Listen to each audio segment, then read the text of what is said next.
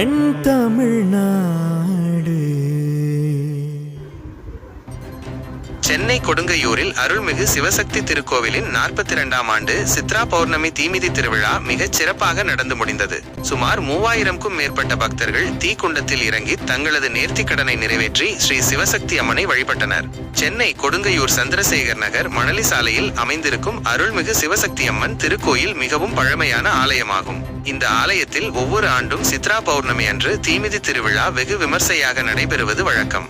அந்த வகையில் இந்த ஆண்டிற்கான 42வது சித்திரை மாத சித்ரா பௌர்ணமி தீமிதி திருவிழா மிகுந்த கோலாகலத்துடன் நடைபெற்றது. முன்னதாக இப்பகுதி மற்றும் சுற்றியுள்ள ஊர்களைச் சேர்ந்த சுமார் 3000க்கும் அதிகமான பக்தர்கள் காப்பு கட்டி ஸ்ரீ சிவசக்தி அம்மனுக்கு விரதமிருந்து அலகு குத்தியும் தீச்சட்டி ஏந்தியும் அந்த நகரின் முக்கிய வீதிகள் வழியாக ஊர்வலமாக வந்து ஸ்ரீ சிவசக்தி ஆலயத்தை அடைந்தனர். ஆலயத்தில் எழுந்தருளியுள்ள ஸ்ரீ சிவசக்தி அம்மனுக்கு சிறப்பு அலங்காரங்கள் செய்யப்பட்டு விசேஷ பூஜைகள் நடத்தப்பட்டன. அதனைத் தொடர்ந்து ஆலய தர்மகர்த்தா திரு வி.ஜே.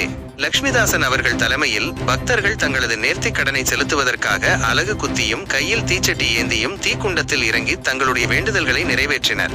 இதன் பின்னர் ஆலயத்தின் சார்பில் ஸ்ரீ சிவசக்தி அம்மனுக்கு கற்பூர தீபாராதனை காட்டப்பட்டு பக்தர்களுக்கு பிரசாதம் வழங்கப்பட்டது.